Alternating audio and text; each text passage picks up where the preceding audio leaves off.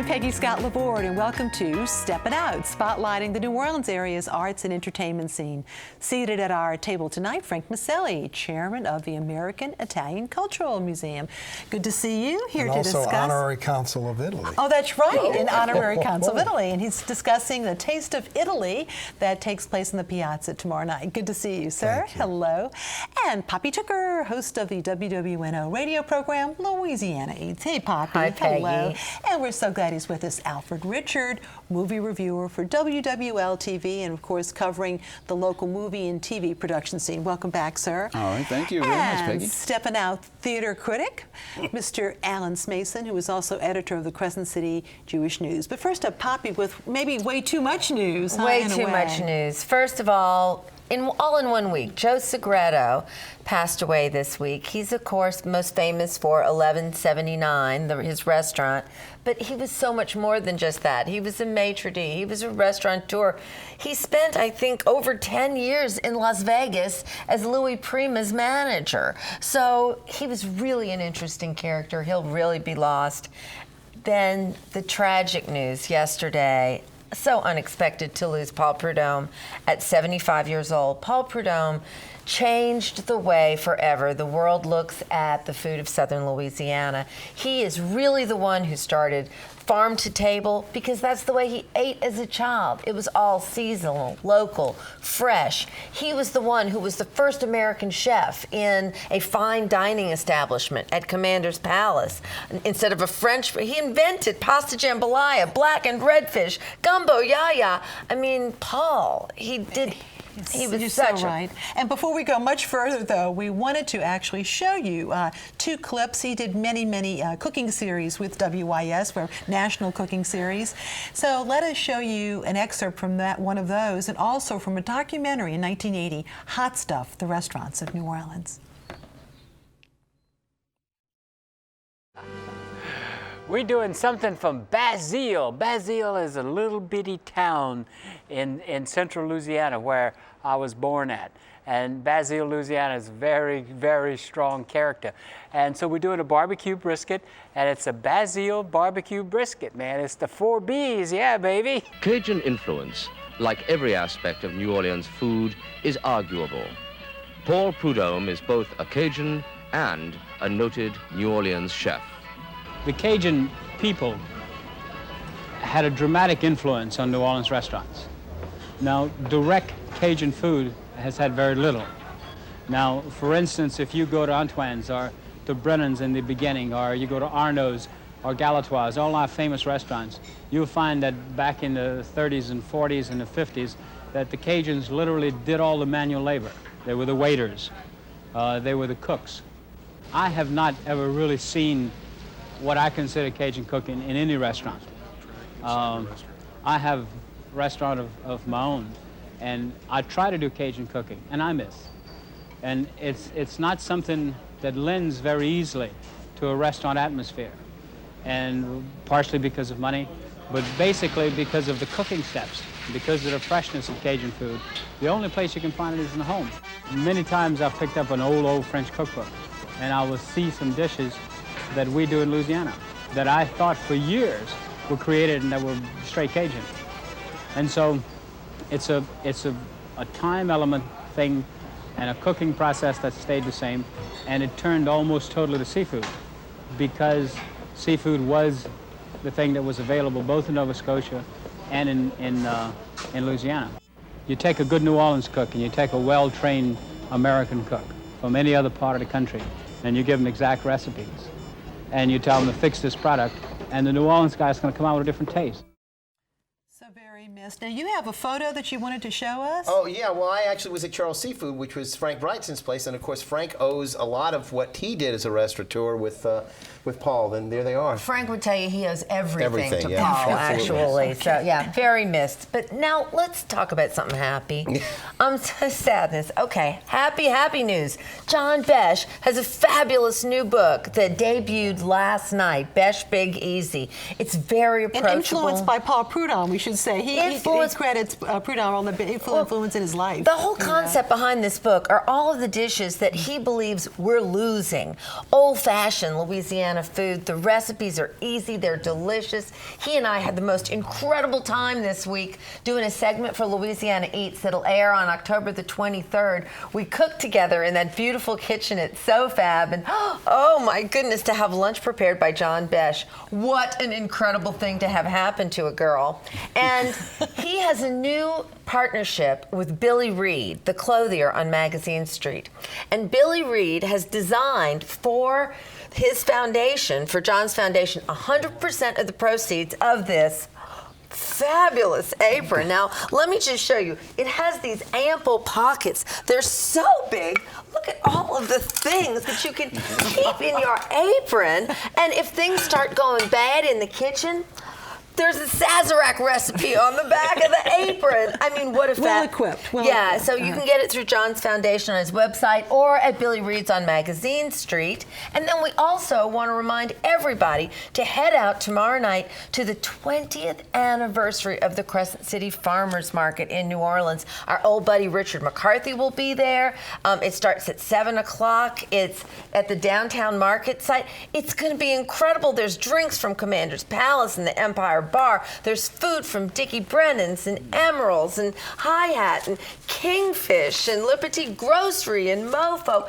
Anybody who's anybody in the food world is going to be at that market benefit tomorrow night, and I will be too. Okay, thank you so much. And speaking of special events tomorrow night, not too far actually from that one, in the Piazza, sir. Tell me what you're doing. When you finish with the farmers market, come down to the Piazza d'Italia, because the American Italian Cultural Center will be celebrating the National Italian Heritage Month by hosting our first A Taste of Italy. So all you Cajuns or French will be down the street. But so we'll have all the Italian restaurants, down. We have over 30 food and drink stations throughout the Piazza d'Italia and our cultural center on 3 floors, actually.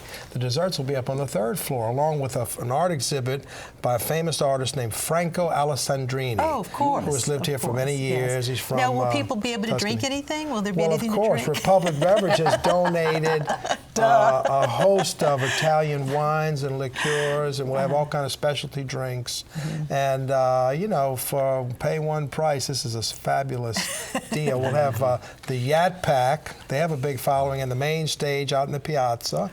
We have an opera singer inside will be performing, and then after the opera is finished, we'll have the New Orleans High Society Jazz Band will be performing. That'll be so much fun, Frank. And of course, the proceeds all go to the American Italian Cultural Museum. Right, and we're in the early stages of renovating our museum and updating it. And so the funds will go toward that renovation. Well, I am really delighted because we get a taste not only of Italy, but of beautiful music. We're going to be hearing from Betsy Ushkrat, and she'll be performing Quando Menvo from La Boheme, accompanied by Steven Blackmon, and they'll be performing tomorrow night at the Piazza. Right.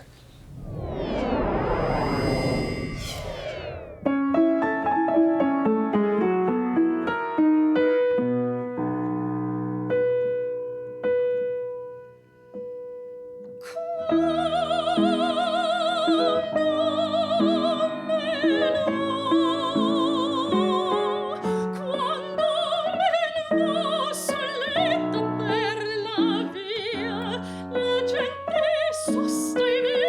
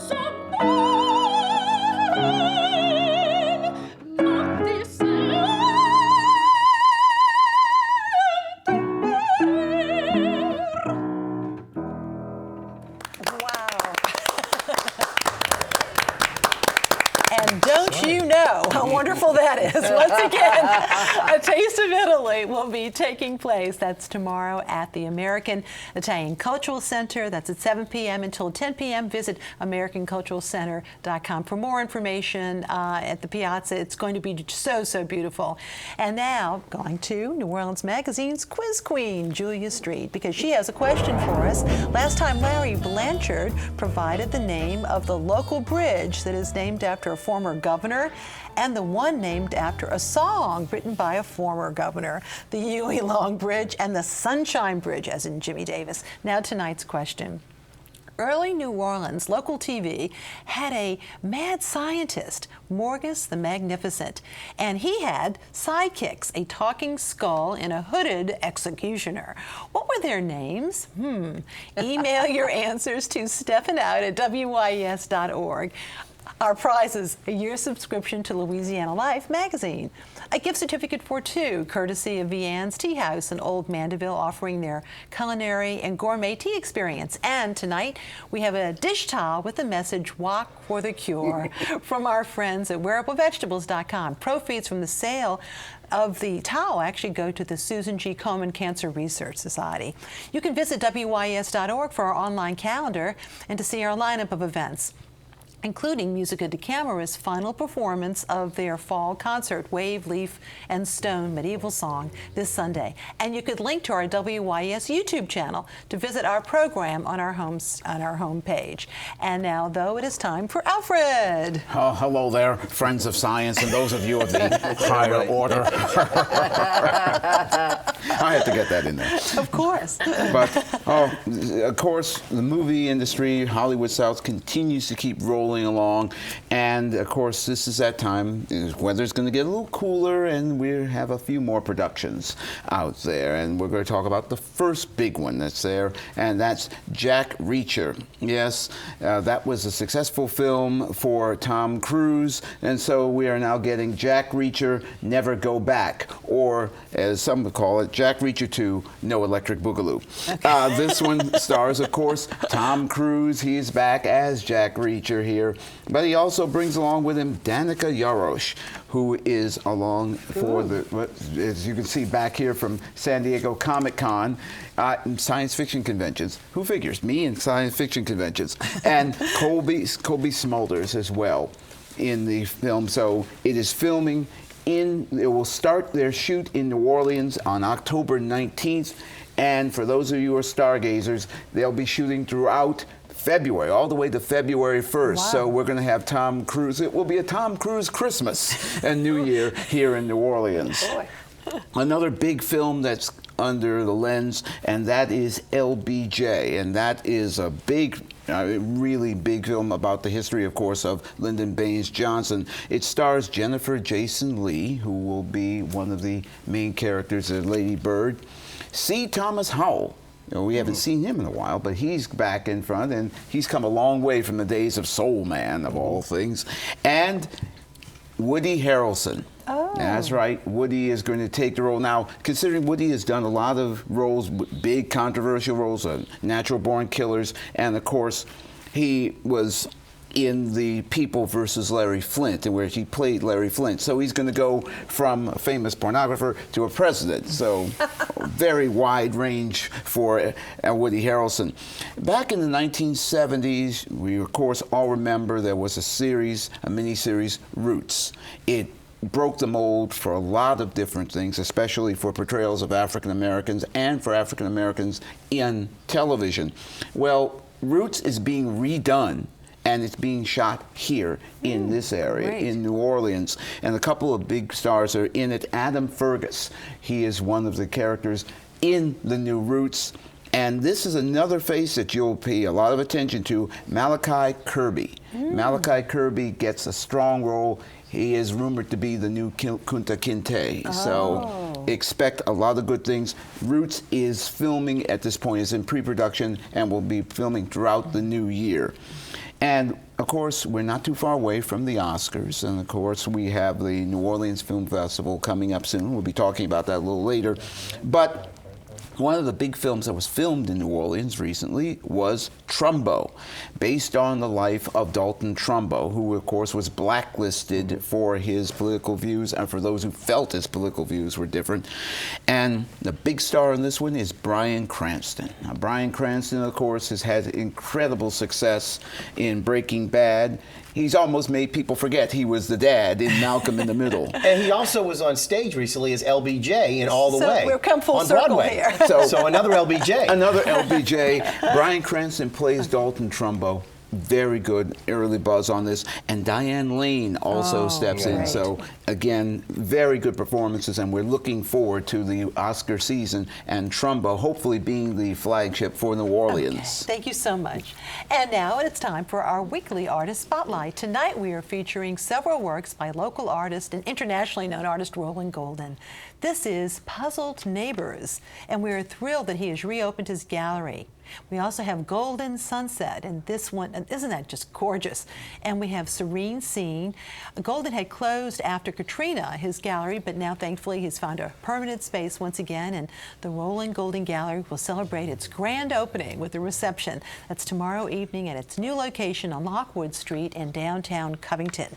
Visit the website to see more of his work. And now, Alan. Well, I want to start off and let everybody know that last week I attended the opening for Le Petit, the beginning of the Maxwell Williams era, if you will, and appropriately he directed the work Thornton Wilder's 1938 Pulitzer Prize winner of Our Town. The direction, again, is very close to the intent of Thornton Wilder's story about the fictional town of Grover's Corner, New Hampshire. It's presented in 3 acts. Now, the focus of the story is on the Webb and Gibbs families. It's a big cast of 20 characters. It starts with a little bit of interest about what's going on in the town, and of course you get to know the characters very well. Carol Sutton plays the stage manager, and she's sort of the narrator. She brings people into it and brings characters on stage to talk to them, etc. I found the choice of Sutton a bit dubious, not because she's a woman playing a man's role or that she's playing someone across racial lines, but I never really got that New England, live free or die feeling. I really still got the feeling that she was a Southerner spirit playing a Yankee. Nevertheless, the other cast members are all very good. Carol's very good too in the role, but again, I didn't get that special feeling that I got of the old New England town as much. Again, some of the choices here in the casting I thought were very good, though. James Wright, Mary Pauley, also Ann Dalrymple, Michelle Benet, Sarah Minard, and Greg Maness, all very good in their roles as individual characters playing on stage. There's no doubt this play, though, is dated, and that may be one of the problems with it, that the dialogue between the teenagers is mired in the period of the 30s, not necessarily even back in the teens when it's supposed to be set. The themes of love, life, marriage, and death are all universal, and that's sort of what works with this particular play. I give the work high marks at Le Petit, yet the question that I guess that needs to be posed is given today's highly connected society, does this work of large-scale disconnection still have meaning? Indeed, does it have relevance for today's audiences? And I guess that's something audiences will have to decide for themselves. The play, though, goes through October the 18th, and check it out at Le Petit. Over at the Bayou Playhouse, meanwhile, I caught the latest production of John Bigonet's Rising Water, the first entry of the trilogy by John Bigonet that was completed with Shotgun and Mold. The cast of 2 characters, John Spud McConnell in the role of Sugar and Lisa Shattuck as Camille, is nothing short of amazing. In particular, I was most impressed with Shattuck as she employed the use of a very heavy Ninth Ward accent, which seemed natural and true to the character, and even John Bigonet remarked that she was probably the best he's ever seen in the role. As Katrina's floodwaters threatened her and her husband, Sugar, you also notice, of course, the great role played by Spud McConnell. Spud's an excellent choice to play the role, playful, he's sometimes romantic as he tries to keep his wife's mind off of the flood and the rising waters. This may be one of Perry Martin's best directorial efforts. It's simply worth the drive to Lockport to see it. If you get over there, you'll be very pleased, along with the set by Ken Connor and Jim Fields, also worthy of mentioning, as well as the lighting by Camille Griffin, who's also the stage manager. And again, they have one week remaining of that production. Also, this is going to be the last weekend for the second part of the trilogy that we talked about last week that I was here, which is Blueberry Hill. This is Ain't Got No Home, the second part. And again, it's playing at the Teatro Wego in West Wego. It is starring, of course, the writer, director, and actor Butch Care. Again, also starring Troy Bechet, Donald Lewis, April Louise, and Bethany Fagan from the previous show, Ain't Got No Home. Introduces us also to Catherine Talbot, who plays Josephine. Now, the plot is a little bit advanced, of course, by nothing less than some really great rhythm and blues songs. Basically, you see the people on stage acting out, and then you get to hear the plot advanced by songs like I'm Walking, I Hear You Knocking, Tell It Like It Is, and of course Breakaway. Overall, the singing is very good, and I would clarify that if you don't have good singing, you're not going to have a good production with this. Of course, all of us are sort of singing along with the production as it goes on. Butch would tell you it's not really a replacement for the original songs. And more people, I think, will feel really at home sort of singing along with those things. If you're looking to go out for an evening of fun, sort of mindless fun, but really a great New Orleans connection there, go check out Ain't Got No Home. It's closing this week. And again, don't forget Hello, Josephine, the third part of the trilogy, will be bowing in Teatro Ouigo in November. That's going to be playing, though, through this weekend. Then also a new work, of course, A New Brain. This is going to be opening at an unusual performing space. See 'em on Stage Productions is bringing The New Brain, A New Brain, starring Chris Weckland, Lisa Picone, Tracy Collins, and Robert Fascio, just to name a few. Now, what makes this very interesting is this is the work of Broadway composers and writers James Lapine and William Finn. Of course, they've been responsible for a number of big hits on Broadway. It's being staged at Cajun's Pub, of all places. And of course, those of you who know the story of Nine Lives know a lot about Cajun's Pub. It's on St. Claude. It starts at 7:30. It'll finish in time for karaoke, in case those of you are worried about that. All right. Also on the boards this weekend is Quills. It's a modern interpretation of the Marquis de Sade that confronts many modern issues. It's playing at Cutting Edge Theater, which of course is the theater that subs as a beauty salon during the week. It's playing there through October the 17th. And don't forget that the first collaboration between Kander and Ebb was none less than what we're going to see on the stage at NOCA this weekend, Flora the Red Menace. That actually brought Liza Minnelli fame, not only in her Broadway debut, but as a winner of a Tony Award in 1965. This is going to be your last chance to catch the NOCA student performance. It's only $15. And don't forget also, one last thing, that's Moliere's The Misanthrope. They're going to be getting a chance to see The Misanthrope get redeemed again in this new production at Tulane University. Don't forget, it's closing this weekend, and it'll be playing at the Dixon Hall Annex. Okay, thank you so much. And before we go to our picks of the week, we wanted to share with you some fond recollections from New Orleans rhythm and blues star Frankie Ford, who recently passed. These are from two WYES local history documentaries, The Nightlife That Was and Growing Up in New Orleans. Let's take a look. I worked at 6 years old with Sophie Tucker at the Blue Room. Kitty Day, matinee on Sunday.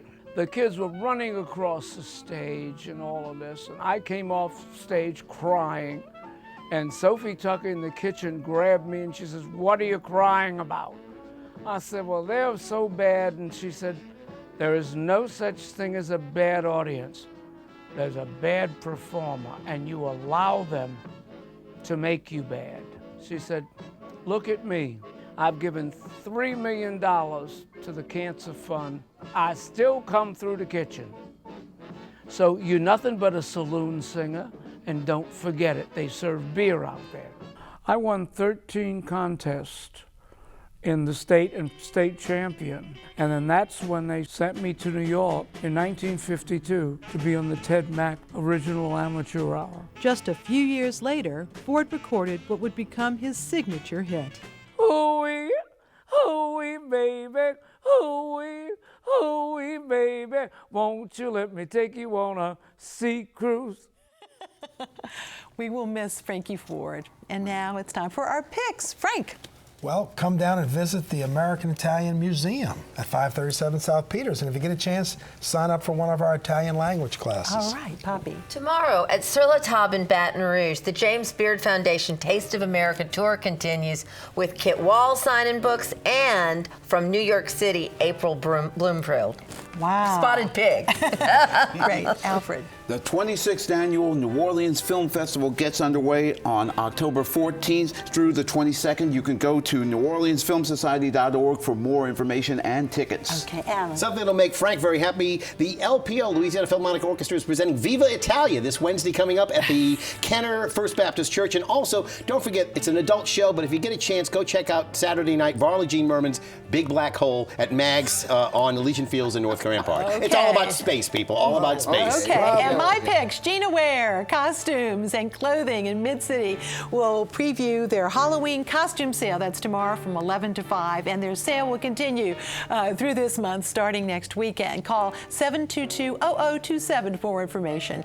And the New Orleans Opera will present Verdi's La Traviata this Sunday afternoon at the Mahalia Jackson Theater. Visit their website for tickets. And Parkway Partners they'll present their fundraiser brunch Feast with the Stars. That's this Sunday, 11:30 until 2 p.m. at Garrier Hall. Please visit the Parkway Partners NOLA.org website to learn more about that. John Pope will sign his new book, Getting Off at Elysian Fields, next Wednesday evening, October 14th at Octavia Books. By the way, Octavia is celebrating its 15th anniversary this Saturday from noon to 3 with musician Phil Melanson performing, and you can come as your favorite literary figure and maybe even win a prize and have a caricature. Also, Chelsea Clinton will be there on Tuesday evening, and Carrie McCafferty will be celebrating with her new book launch. That's called New Orleans at Night, next Friday evening, October 16th at New Orleans Museum of Art. And now we leave you with a performance by Gabrielle Philippe Bonet as Violetta in the New Orleans Opera Association's La Traviata. Craig Kramer was the photographer. Thank you very much for watching, and good night.